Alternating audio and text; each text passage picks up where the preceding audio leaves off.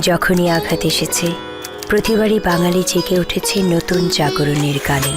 মাতৃভাষা যখন বিপন্ন হয়েছিল, অবাক বিস্ময়ে পৃথিবী দেখেছে ভাষার জন্য ভালোবাসা কত তীব্র হতে পারে। নিজের জীবনের বিনিময়ে সালাম, বরকত, রফিকেরা যে ভাষাকে রক্ষা করেছে, সে ভাষায় প্রাণ সঞ্চার করেছে কালজয়ী কিছু চরিত্রে। রক্তকরবীর নন্দিনী, পথের পাঁচালীর অপু, দুর্গা, জীবনানন্দের বনলতা সেন,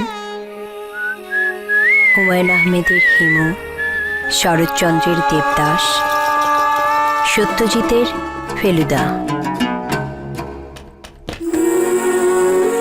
আজও আমরা পরিপূর্ণ সেই সমৃদ্ধশালী ভাষার গৌরবে, দিন বদলের অনুপ্রেরণায়। বাংলা লিঙ্ক।